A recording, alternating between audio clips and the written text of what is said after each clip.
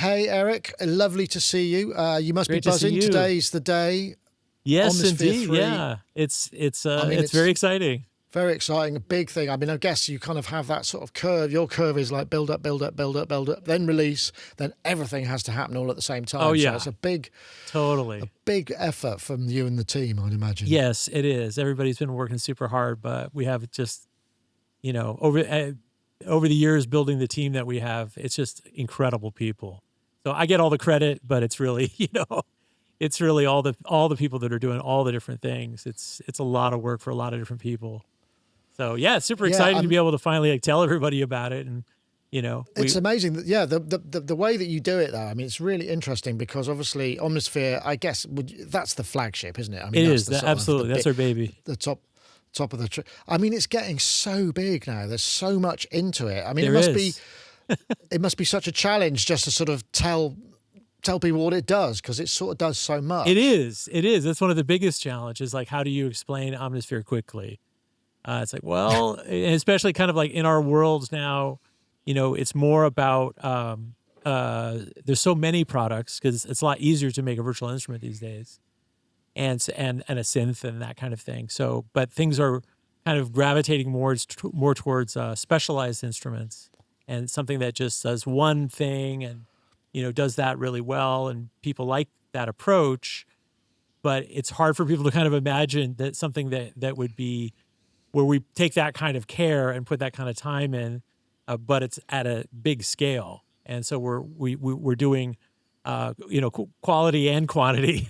That's sort of At the same time, yeah, which is it's really difficult to do, and that's why we don't have a lot of products. We just have a handful, and those are our things that we grow and grow Absolutely. and grow. And instead of like making a new synth every year, which we could do, and kind of going that direction, but we put all those ideas into Omnisphere, and then that's the flagship, and that kind of drives what we do. But I guess in a way, I mean, each patch is almost, or each new set of samples and the layers and everything is almost a new instrument in its own right. It's just within your own sort of ecosphere, I suppose. So it's sort of just making up for it. And the way the technology and sound design work together, and that's something that's I think is a little different about Spectrasonics too, is that it's not an engineer driven company. A lot of other developers are more like they're engineers first, and then at the end they add sounds. But as you know, my background is as a musician and sound designer, and so our focus is on the sound and the sounds and all of that, and then we build all the technology, and we've gotten better and better at the technical part and the engineering part, and so that serves the instrument and the sounds and that kind of thing. So that's more our approach. So when you reach for Omnisphere 3 now, Yeah. and to a person who doesn't know what maybe it's capable of, Yeah. what patch do you go for? I'm going straight in for a sound. Okay. Obviously, here at this point. Yeah, and that's such an interesting thing because that was my job at Roland. Was to come up with the first patches and to program all the sounds, and so that was a big part of what I did. Making Fantasia or Digital Native Dance or all of those the Hoover and all the different sounds that I've done, and so. But now it's like the number of people that use our instruments. It's like, who is that for? Like, who is the target? What's patch number 1? Yeah, what's patch number 1, and who are we talking about? So a lot of what we did is like changing the whole approach to trying to do that. Like, okay, what's the hot 5 sounds? So we threw all that out with Omnisphere 3, and so now with this new organization system, I mean, I'll just show you here, because what we did is we came up with 18 new libraries that change how you interact with it. So now you go for the vibe that you're after. So one of the things is that I can give a lot better experience if I know like what kind of person you are. And so, so for instance, Oh wow, okay. yeah. So this is going to tell me more about me than about you. Then exactly, I feel, right? yeah, exactly. So whatever you choose, let's say you're okay. You selected Clubland. Okay, good. So I know that I can put a couple of patches at the top.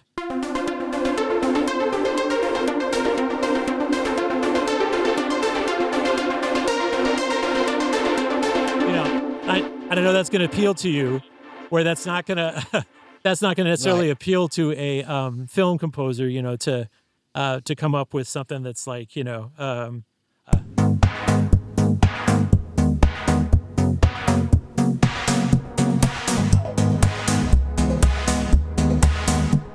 So yeah, they're going to hate that, okay. Right? They're going to hate that. They're going to like, Spectrasonics has lost it. And but if you're a film guy, and let's say you're a traditional film scorer, you mainly are working with orchestras. Right. So I know that when you pull it up, then the first thing you're going to hear is.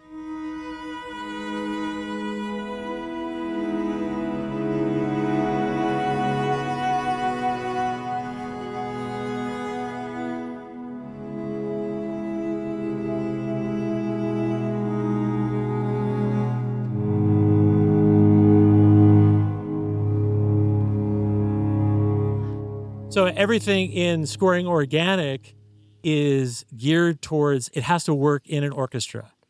Like everything is mastered and geared towards, it has to sound like it's working on a scoring stage, even if it's an electronic sound. So you can have something maybe like something like that, a really beautiful, but that's going to work really, really well in the context of acoustic instruments. So I've made everyone force them. I force everyone to tell me who you are, and then that's going to help me. That's going to help me, figure out like what to serve you, because we have, so many sounds in here, and that was such a we actually got to this point where we had finished a lot of the new synthesis features, and all the new effects and all of that sort of stuff. And we were getting ready to begin making patches a few years ago. And so we were starting to make things. And then I started to think about, well, where do these new sounds go? Where are we going to put them?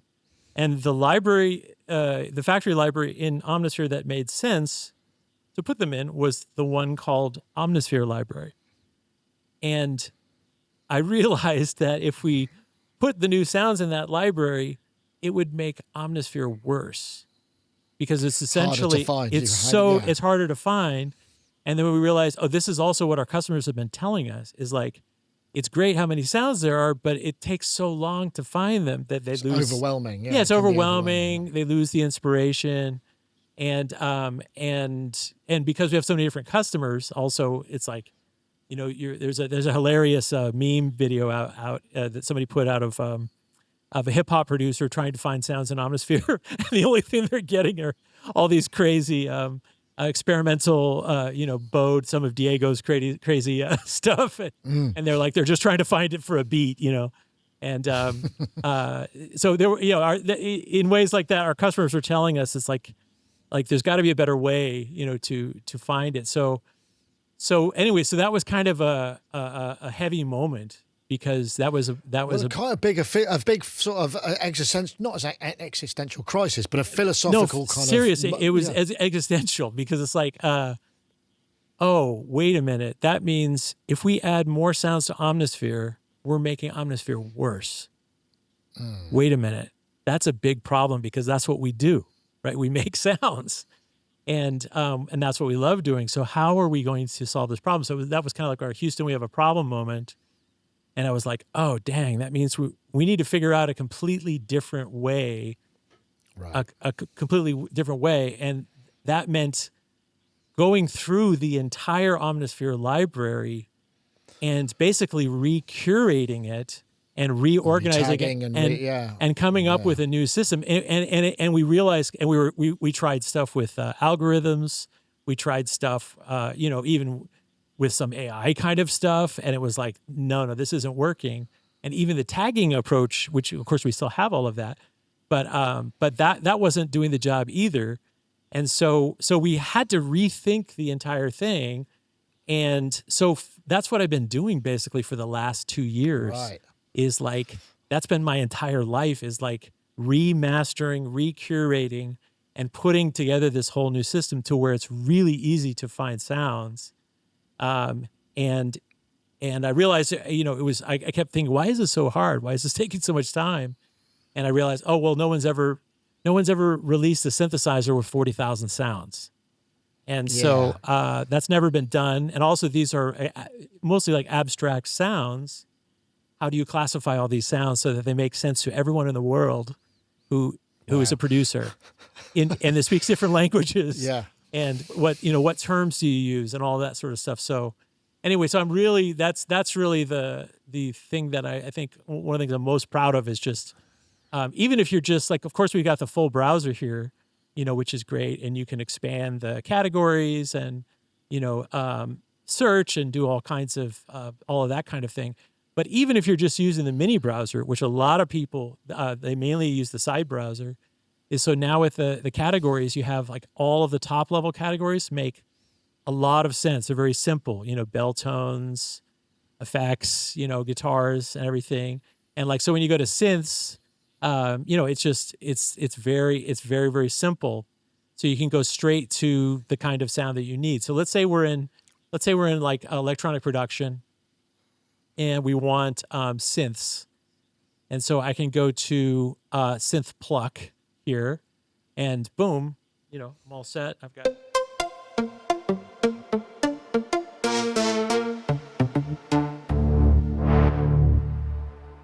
So it's really easy to find so it's stuff. You almost have to devise a language, a company language to describe all of this stuff, I suppose, in a way. And many debates about every word that was used. Yeah. And wow. So that's been a tremendous job to do that. And then of course, also because we've done sound design for so long, and we have all these new effects and all these new things that are possible, it made sense to remaster everything too. So not only is it reorganized, but I went through and used the new effects and also, toned down some of the reverb in some places. And we had a funny thing where we realized that we had actually killed the dotted eighth note delay.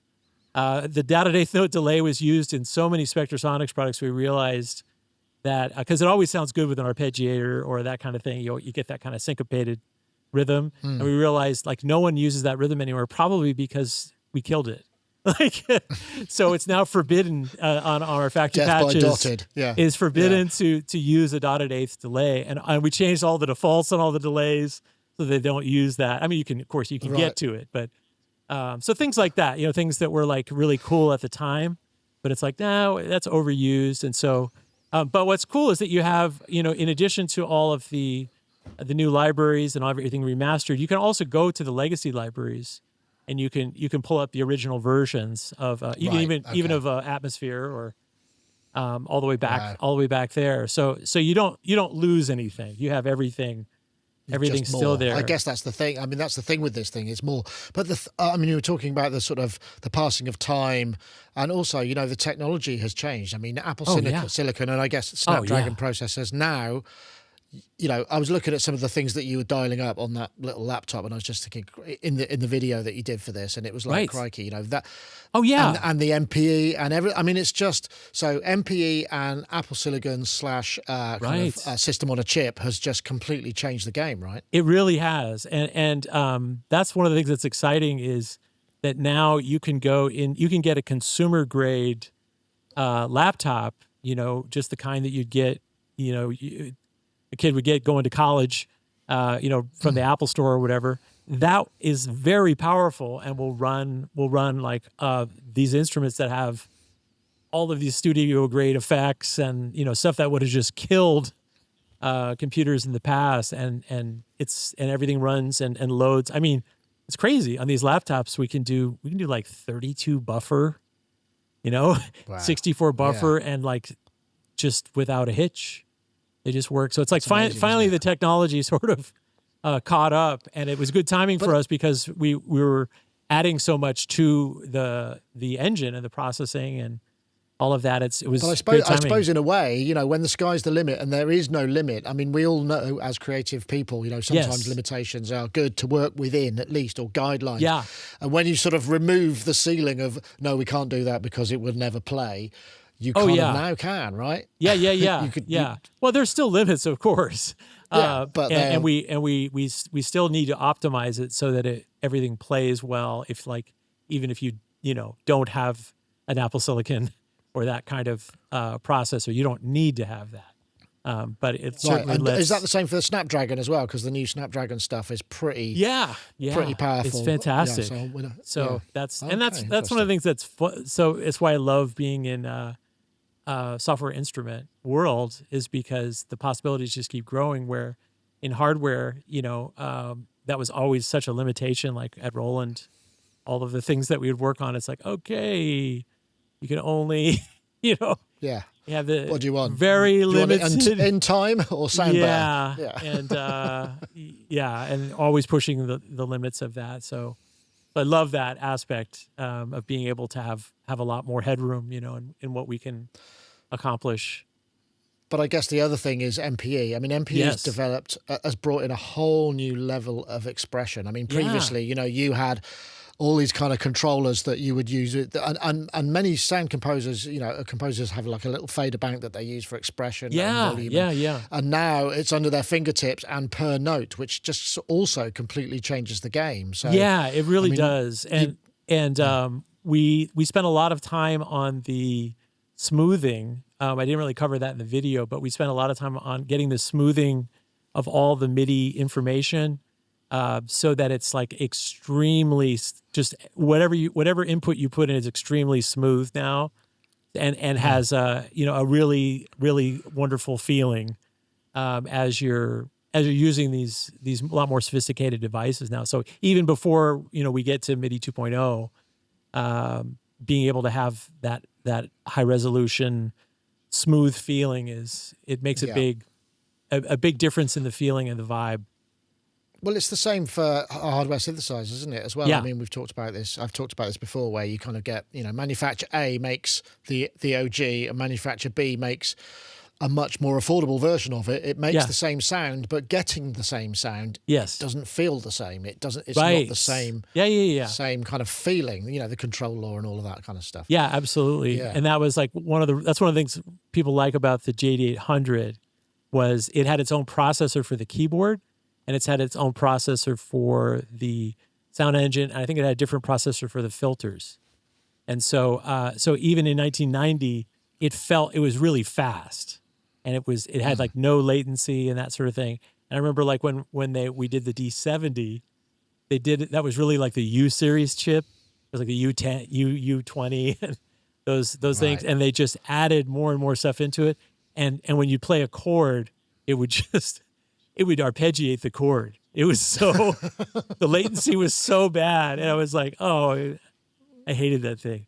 But it was I'm a big believer in that. Like when you can get the feel right, it makes a big difference in how you connect with it as an instrument. And things like latency and smoothness, they really make a big difference. And it seems like the new Quadzone feature, which is you spend quite a lot of time on the video, which is very interesting. That integrates very nicely with the way that MPE works, because of that per note modulate. I was fascinated by that. That looks like an entire world of fun playground, just designing patches and making things happen. It really is. It really is. And we've had the Quadzone feature. Let me just pull up something here that is a Quadzone sound. And let's see what we got here. Yeah, there's something. So yeah, if we pop that up, so you can do like I was showing, you can do the velocity thing. Something like that. Or let's see here. Yeah, here's one where it's this is a good example. This is just two sine waves. And so we've got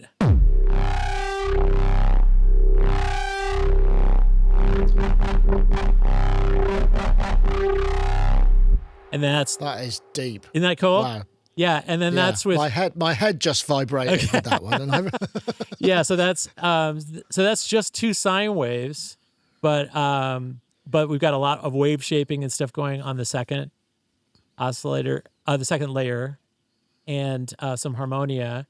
But then the big thing that's going on is that, what's going on with the distortion and the multiband compression, and then, and then some of this new chorusing stuff. So if we were to, one of the things that's nice is you can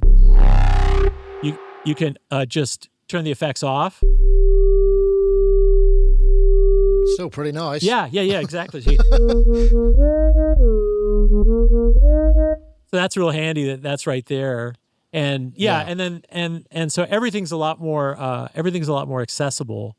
But yeah, you're right. The Quadzone with MPE. I don't have an MPE controller in front of me right now, so I can't show it. But yeah, like you said in the video, it was so cool. Like when those things came together, when we realized what Quadzone could do, and then what you could do when you apply MPE to it.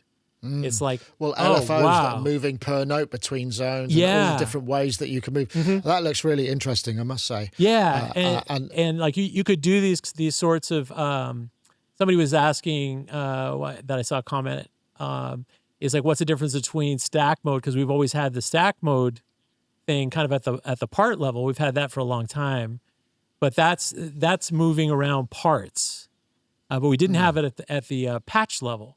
So that's what Quadzone brings that in at the patch level. And the big difference is... Okay. Does that mean you can have multiple quad zones in like a performance? Yes, you can have 8. Oh my God. Yeah, you can. Hold on. Yeah, I think, that's a head explode kind of moment, isn't it? Yes, right, exactly. Okay. Yeah, everything I showed in the video, that was with one part. But you have 8 parts. And so you still have live mode, you still have stack mode, and all those things. But the difference with Quadzone is you have those kinds of features, but you have modulation. So you can modulate that fader, and the fader can go between those zones, like I was showing.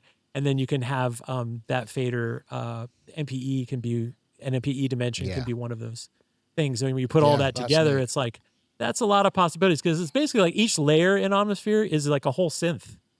You have and something else I didn't cover in the video is, like, a lot of people think that one layer is one oscillator, but you actually have, with Harmonia, you have 4 more oscillators per layer. So these are all independent oscillators, and they can have their own waveforms.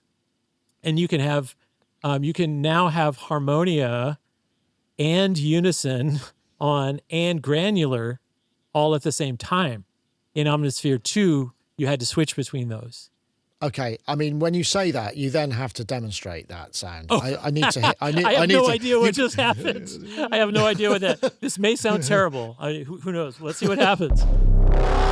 Ooh, wow. Okay. That's pretty out of control, but pretty intense. Yeah. Let's see here. Yeah. Let me see if I can make it into something. Let's try putting some wild mode on there, and go nuts here. Okay, that's pretty fun. Was that because was that the mutate that you just did there in a sort of no? That was I was literally just turning those things on to show you. I wanted to see what that sounds like without that distortion effect, just to see. Okay. Yeah. Maybe the distortion on something harmonically that rich is going too far, but that's an interesting sound. Yeah, exactly. So so for instance with Mutate, that's a whole different thing. That looks interesting. What that does is that's an exciting thing. So let's try. Let me start with something that's kind of simple here. Let's see. Let's find.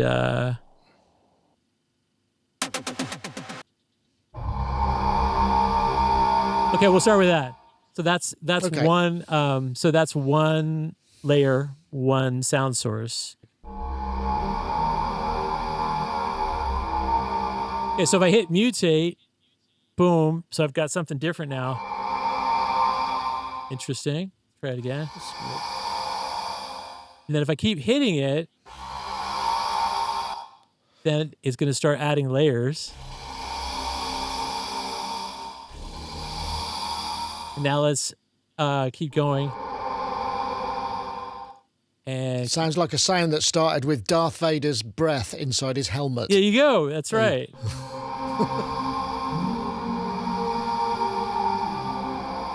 Interesting.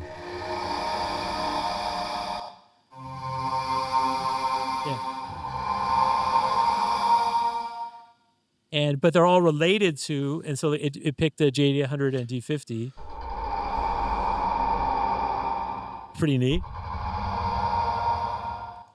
And so if we keep going, then it's going to start adding even more layers. Wow. Okay. So does it iterate? It assumes the more you press it. Yeah. Okay. You want me to get even crazier? Yeah. Okay, keep going. Here we go. Keep getting crazier. And then right. Oh, that's interesting. Okay. Now we're into four. Now we're into 4 layers. And let me turn the effects off just so we can hear like. Oh wow, that's cool. Like you're hearing it with. That's pretty neat. All right. And then so we use the global controls, open up the release, and okay. That's another big factor, isn't it? The global controls allow you to immediately sculpt the sort of very simply. Okay, and then let's try doing the extreme. This is now we'll do the extreme mutate, and we'll see what happens. So now we've got. Wow. That sounds like a comb filter or resonator or something. That's crazy. And it's like okay, now I can turn the solo off, and turn the glide up.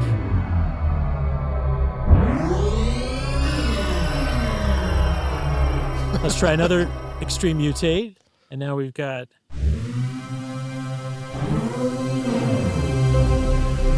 How funny! It's almost getting towards Hoover again, isn't it? It's like all roads lead to Hoover ultimately. Yeah, there you go. All roads lead to Hoover. You had to go there. So yeah, and as you can see, it's saving all those variations. Oh yeah, so you get snapshots each time. Yeah. Oh, that's a great idea. And so now, so that's where we started, and then that's where we ended. And I've got all of those saved automatically, and they're dated, so everything shows up. So you can go back in time, and you can even go back to the original patch. It'll take you back to where you were. So neat. Yeah, and I guess that's just sort of metaphor, so it's not like huge amounts of data. It's just lots of text, effectively. Yeah, I guess, exactly. right? Yeah, it doesn't take up any space on your hard drive, and then those are all sounds that are yours, and like nobody else has anything like that. But they're based. It's not just like a patch randomization thing, because that's of course been around since the 80s. Yeah. But it's a lot smarter than that. It's taking the characteristics of it, and it's searching and looking for things that would be complementary. So there's it's more of an algorithmic based approach. Interesting. So I was riffing on the idea of, kind of back in the day when you were doing your thing in studios, you know, you're hired to come in and, well, there's a guy who knows how to use X, Y, or Z. Or, I took the Fairlight as an example, for instance, where you would have an operator almost. Yeah, and it's almost to the point where the technician, to a degree, because you still need to know, musically how to apply it. Yes, and I sometimes got called that, and I didn't like being called the technician. Call the technician. Yeah, we need some help. Exactly. He's going to fix it, Winston Wolfe kind of style. But I'm sort of thinking almost now. I mean, having someone who can translate the ideas that you've got in your head between you and Omnisphere, there must be people who are doing session work who are basically, skilled. I mean, guess part of your crew in their part-time could be doing big studio sessions where they're just kind of going, yeah, I can make that work for you. I mean, obviously, you've done a lot to make it easier for the individual to find their own way there. But sometimes people like to have that translation layer even further removed, I guess.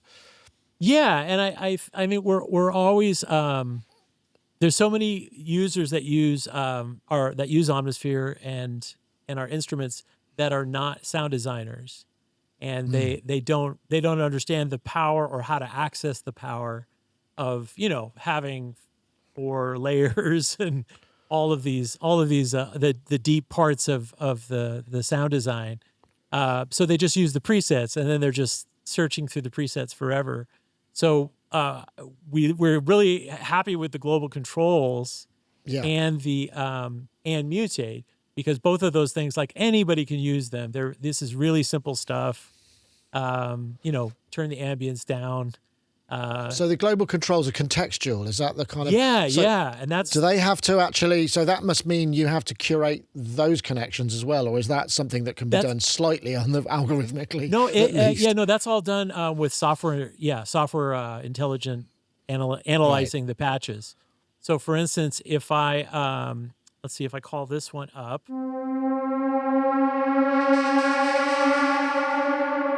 And we can see, there's a lot going on here. We've got the new velvet verb, we've got the magnetic echo, and then so let's say I want to add something. So let's add inversions, and this is a really interesting reverb. This is the first reverb that can swell. So instead of you hit it and then it decays like every other reverb, this one can rise and fall, which is really neat. So let's see what it sounds like. I'm gonna put that on the input.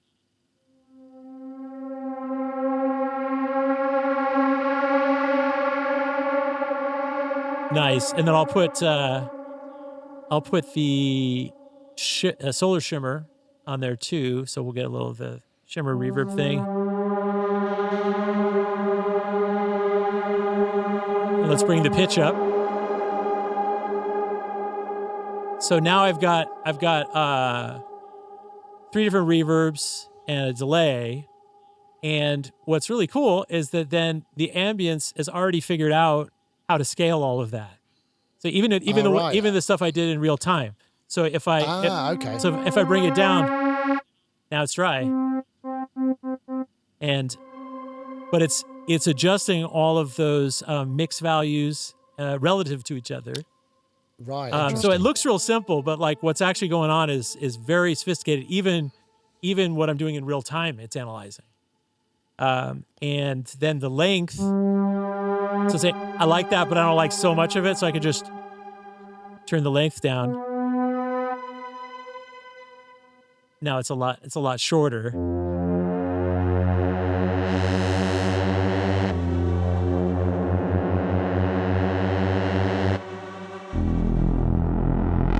Oh yeah, that's the spot. That's really interesting. I mean, I think that, so in many ways, the stuff that you're doing is opening up, because, I mean, how's anybody going to find out where the LFO rate for the thing that is slightly out of time with what they've got in their head somewhere in there going on? Exactly. And you can deal with that sort of thing. And like vibrato is the classic example of that. It's like, I've always thought, it's like, we don't have a vibrato control. Vibrato controls are great. It's so useful to be able to control the speed and the amount of vibrato. That's like half the vocabulary of synth sounds, but most people don't know how to do it. And on Omnisphere, you have to figure out what LFO, like you just said, you got is it LFO 7? And you got to go to the mod matrix and how is the vibrato happening? Is it like an effect that's doing the vibrato, or is it like a little bit of like waveform modulation, or maybe a little filter, or is it pitch modulation? And so now it figures all that out. And all you have to do is just turn it up, and it just works. There it is. So because it figures out, it's like, are you using vibrato? Okay, if you're not, I will make some for you, and I will find an unused LFO and assign that, and I will make sure it's a sine wave, and I'll make sure it's at a musically useful vibrato rate to start. And or it's like, oh, I see, you're using the analog vibrato effect. Okay, we're gonna we know where the rate control is there, and so we'll No, that's really powerful stuff, isn't it? Yeah. So it looks like so what's the big deal? So it has vibrato control, but it's like, no, you don't understand. It's like it's like analyzing It's a in there giant somewhere. modular patch. Yeah, absolutely. So do you think now, because of the more CPU and you've added a whole bunch more effects, I mean, do you think, just generally speaking, that since Omnisphere was originally conceived, although it had a lot of internal effects as well, Yeah. that the effects and synthesis are so much more kind of melded together now? Yeah. I mean, it's like Yeah. you need to make the sound that you want without then having to go and fire up the Eventide or whatever it may be, the outboard. Well, yeah. I mean, the of course you're free to work however you want. You can use your outboard gear, you can use other plugins. People do all the time. But the advantage of being able to do to have such amazing effects that are integrated into the engine is that you have modulation, and so you can use all the modulation sources inside Omnisphere to control those effects, and and you can do amazing things, with really surprising results. Well, I think I'm a big fan of effects on synths and opening out those parameters too. And I quite like to be. Can you modulate? Have you opened up all of the parameters? Because I know, like for instance, many synths don't let you modulate pre-delay, which actually is a really interesting. I think. Like any knob or interesting. slider is modulatable. Yeah. And so. Oh wow. Okay. So. Yeah, and that's I think a lot of people don't grasp that. That's why that's such a big deal. Or they're just like, well, I have a lot of effects plugins already. I like them. I don't need more effects. But it's like, but you can't. Those things aren't integrated into the mod matrix, and all of those kinds of things. So being able to do that, and of course now you can also use the effects themselves as effects plugins in your DAW. Because we have the Omnisphere effects. I saw that. That's really cool. Something people have been asking for a long time, and so we decided to finally do it as a bonus, basically for Omnisphere 3 users, is that you can also use all the effects, and that includes all of the original effects, and works with all the Sonic Extensions effects and all of that. So it's pretty exciting. Yeah. Nice. So I thought it might be fun to play a little game. Sure. We'll try it and see how we get on. Because what I do when I do patch fit videos, I quite often go, oh, this patch reminds me of a scene. Let's say the scene is this, and I'm going to go, this sounds like, they're in a space cave and there's something slightly spooky going on. So, but taking it the other way around, I describe something to you and then you find a sound that would do that. Because I'm guessing like this, you probably do that all day, every day. That's your job, right? You're kind of like LA studio session guy. You probably could do it with your eyes closed. All right, hit me. So I haven't thought of anything. Now I'm on the spot because I haven't actually thought of anything. So I'm thinking, okay, let's go for, I don't know, let's go for something that's sort of nice, sunny. I'm thinking a 70s sort of sepia tone of countryside corn, somebody walking through the corn with that sort of lens flare moving around. It doesn't have to be 70s music, but it's that sort of yellowish, degraded sort of vibe. Okay. For dreamy summer. Okay. Dreamy summer vibe. All right. So let's go. What would you reach for? So we could go a couple places. Depends on where we want to go. But let's so my two places would be warm tones would be a great place. I think it's going to be sounds like the perfect description. I think that would be one of the first. I think that's going to be one of the most popular libraries because like everything in here is warm, and that's so useful, right? And so we got the sepia already, and let's see. Let's try. You haven't got one called lens flare as well, have you? We might. I don't know. I can see. Let's see. Analog Elysium. This. We'll see what the first patch does, but let's try it. No active here.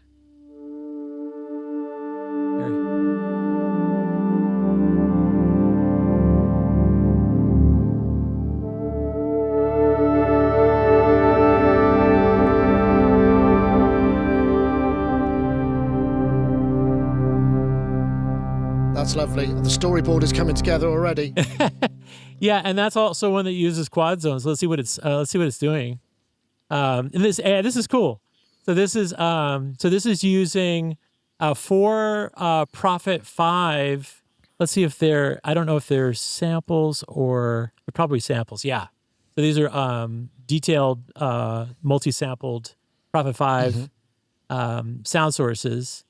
And so you have a saw, a pulse, a triangle, and another pulse that's at 50%. So you got 85%, 50%.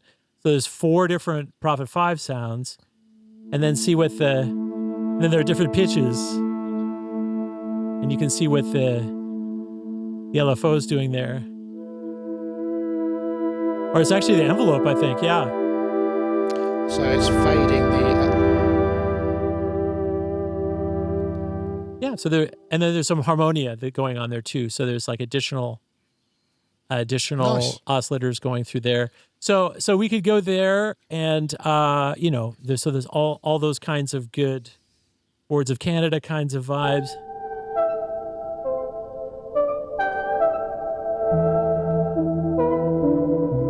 So we'll find a lot of good things in there. That's triggering the image in my head. Okay, good. That's where I'm. So then I'm already there. All right, so let's keep that, and then let's add in stack mode. Let's go here, and I'm going to stack that with. Let's do another part, and then let's add something from Retro Vibes. Okay. And so everything in Retro Vibes is obviously retro 70s vibes. So, and you were talking about like kind of the ambient kind of thing. So let's go to textures. And this is a cool thing about the organization. Very important distinction when you have textures is like if there's a lot of harmony in the sound, you really only want to play one note or right. Very limited. Yeah. So everything is divided. So you have playable textures, and like those things can be a lot more. They're a lot more versatile. So if I go to explorations, so now we'll see what this is like. So we've got let's mute the first part, and so we've got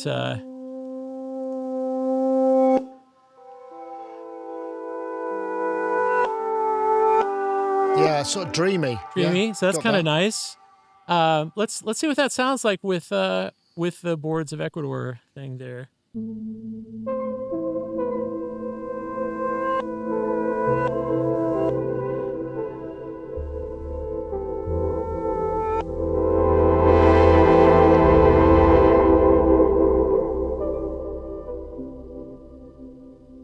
Lovely. Yeah, so that's fun. Something's getting a bit sinister there. Something's about to happen. We don't want to go there. I'm not sure what's going on. Yeah, we lost the sun. We lost the sunlight there for a second. Sorry about that. Yeah, lovely. Yeah, so now we've got that So I suppose in a way, I mean, this is demonstrating the semantic nature of the way that you discover the patches in there, and the way that you can locomote around it. I'm guessing, another classic. It's some kind of chase scene, but it's not too dangerous. Someone's in a hurry. Someone's in a hurry. Okay, there's all right. not masses of jeopardy, just a little bit. Maybe not catching a bus. It's not life or death. Okay, all right. So we're not full Jason Bourne. No. So we'll go to. All right, then we'll go to ARP and BPM in scoring electronic. We don't want aggressive, right? But maybe grooves, maybe rhythmic grooves. Okay. Burning Infection, no, that's not going to be good. Sounds like I'm not going to the doctors. Exactly. So let's see. So let's try Lost Highway. No, that's not going to be good. All right, so it's time to move on. It's time to go a little deeper, and let's go into moods. Okay. That sounds good. So now we go to the full browser here, and so what I'm going to do is, let's see, upbeat. Upbeat would be good. That sounds good. Okay, and let's see. Here's here's the light. Here we go. So that's kind of propelling it forward, but like no one's dying. And well, that's interesting. What's that? Sounds like saucepans or something. Yeah, exactly. So we could do that. We don't want to go voodoo. let's try a little Sinistry there, a little too much. So maybe what we want to do is, okay, driving. This would be good. Yeah, that sounds very promising. Yeah, promising. Yeah, so maybe if you were like,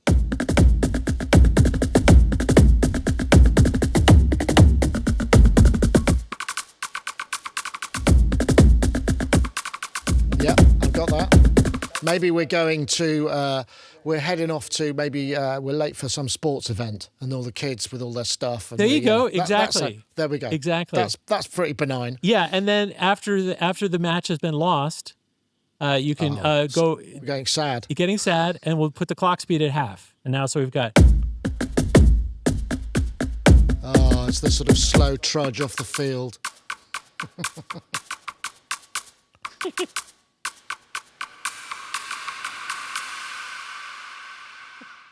Nice. Better luck next time.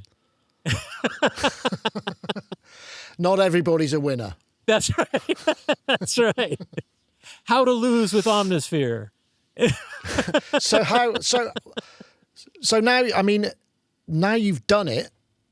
What happens? I mean, because you must have been, just flat out for all this entire period, and now you kind of, I will collapse. You get to sort of take a breather and just kind of. I will definitely. I definitely need some time off for sure.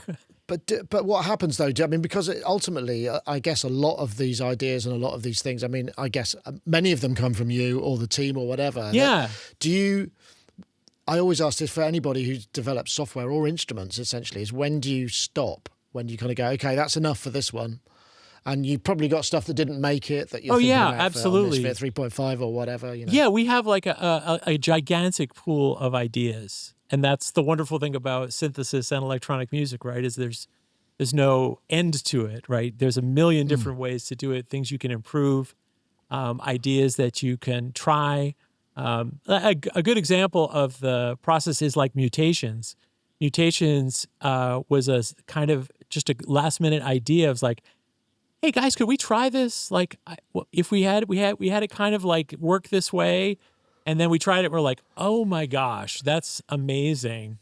And it's really effective. And it seems to work extremely well with Omnisphere because the core library of sound sources is so huge.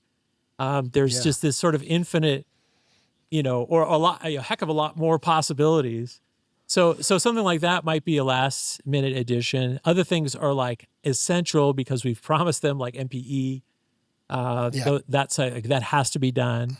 And then, but then there's many things that didn't make it into this one that will be in the next one. And so I'm just picturing the guys and gals in the office, and you're approaching the door. Yeah. Do you have a look about you that they go, uh-oh, here comes Eric with I've just had an idea. Can we try? Try? Yeah, I know the look. I know the look. I recognize the look on their faces. For sure. Yeah. Okay. Yeah. But what's cool is that everyone's so passionate about it, and they see that it's worth it. That when we'll try a create, because sometimes these ideas don't come at a convenient time, and then but then I rely on the team also to tell me, it's like, Eric, we're not gonna be able to do this in time. This isn't gonna make it. We're gonna have to, and then so how can we make it work? How about we do this? And then it's like, okay, then we'll do some more on it, later. And it's a never ending process.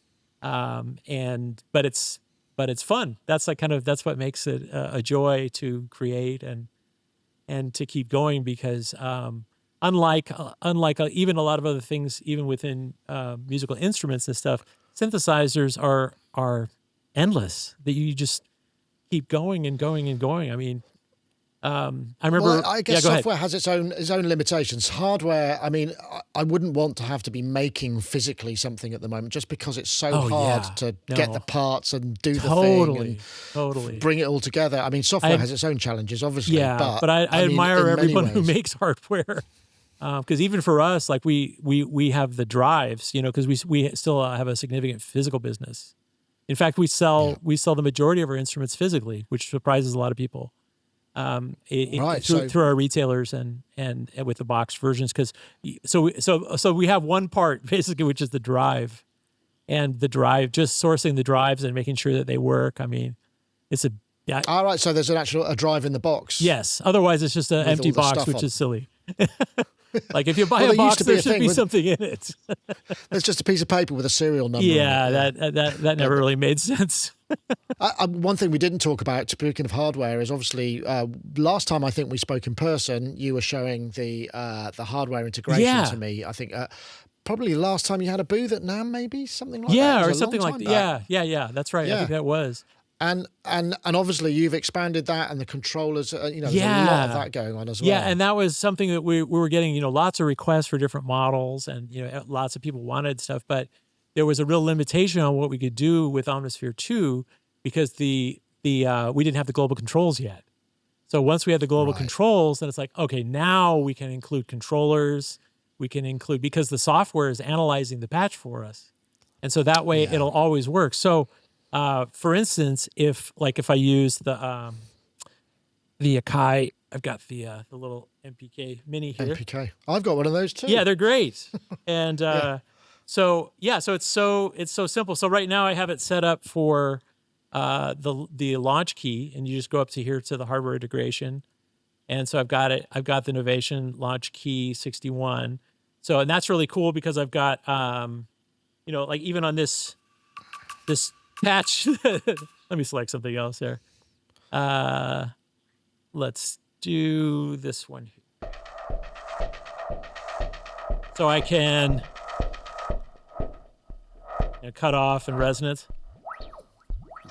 And it's already mapped, right? Change the unison and the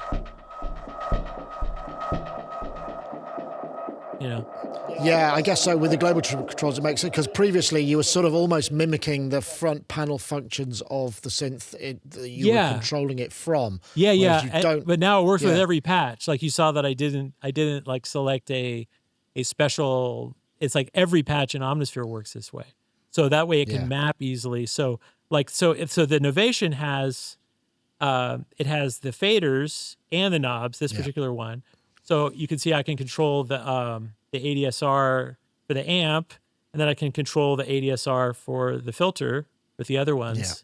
And it just switches automatically to the GUI and, control the glide and all that kind of stuff. So, but if I go over to if I select Akai and I go to the MPK Mini Plus, then now I've got... You have less controls because I only have 8 knobs. So each one has its own. So it doesn't have like all the envelope controls or all the unison controls, but it has sort of macros. But each one each one has a unique layout that kind of makes sense for that instrument. Right. And then if we go over to I've also got, and you can see, look at the support. It's crazy, and it's the first time you see native instruments in a Spectrasonics product. Okay. Because we support all their keyboards, so all the and the machine and everything. The NKS, And so with Moog, we've got a lot of Moog instruments supported, including the new Messenger. And so is that what you've got there? Yeah, so I've got the Messenger here, and I'll just great synth actually. Move this out of the way, and there's the beautiful Messenger. Yep. And so because of the global controls, we can support things a lot faster too. So we're able to respond to like the new synths that are introduced in the market and new controllers, and like we're working right now on that new Akai that was released and the new Yamaha thing that came out last week. We're already working on those, and so we can do them really, really quickly now. Where before it was like took a long time. So so if I go to the Messenger now, now I can do a lot more because it's a full synth.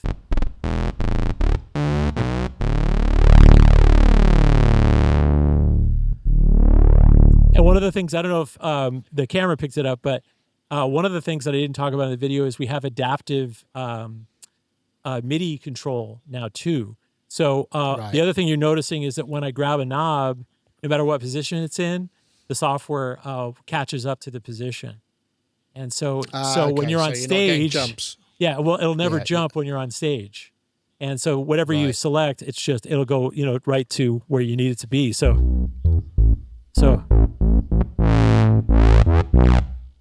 of course,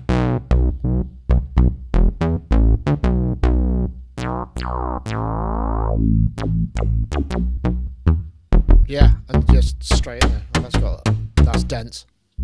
So are you finding people? I mean, because I'm. Are you finding that people are using it a lot live? So with a laptop and a MIDI controller, or absolutely, a hardware yeah, synth? of course. But yeah, and like in this case, like for instance, we've got the saturation knob on the messenger, because that's a big part Yeah. of the messenger. So we have that mapped to our new saturation on the filter. So so obviously it's a lot like the hardware integration is a lot more powerful if you're using something like a messenger versus the Akai.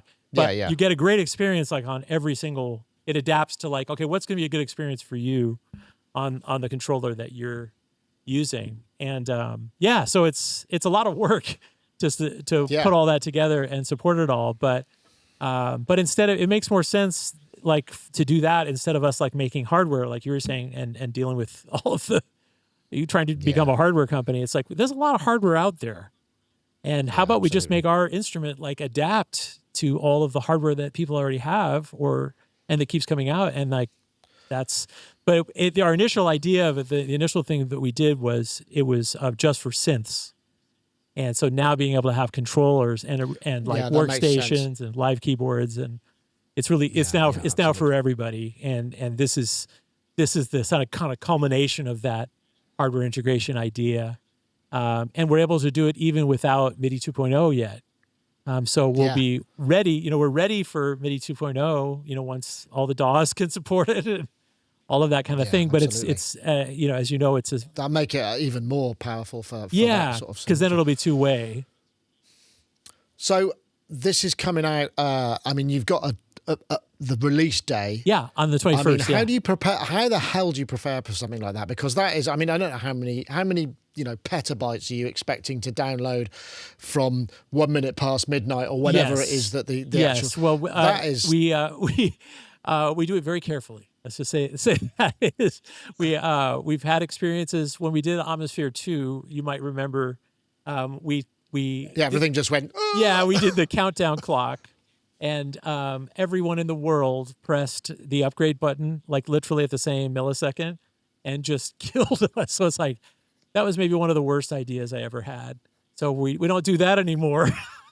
So now we have a very we've learned a little bit, and I think it's going to be a very smooth launch next week, God willing. Well, I guess also internet connectivity and edge servers and all that sort of thing have made those sort of things a lot less. It's not all one little Ethernet pipe going into a hard drive on the machine in the office anymore. No. I'm sure it never was, but we're using the same delivery service that like Netflix uses, and so they have a lot of bandwidth. Yeah, it should be fine. Well, it's been fantastic. Thank you so much for talking to me. Oh, my pleasure. It's always great to talk with you, Good luck Nick. with the launch. Thank you so much. This is this is a paid upgrade, isn't it? Yes. This time. Mm-hmm. So it's like, what is it? A couple $100 to go $199 from 2.5. $199 from any previous version of Omnisphere. One thing that we didn't get a chance to cover that I saw a lot of questions about was, is it a new instrument?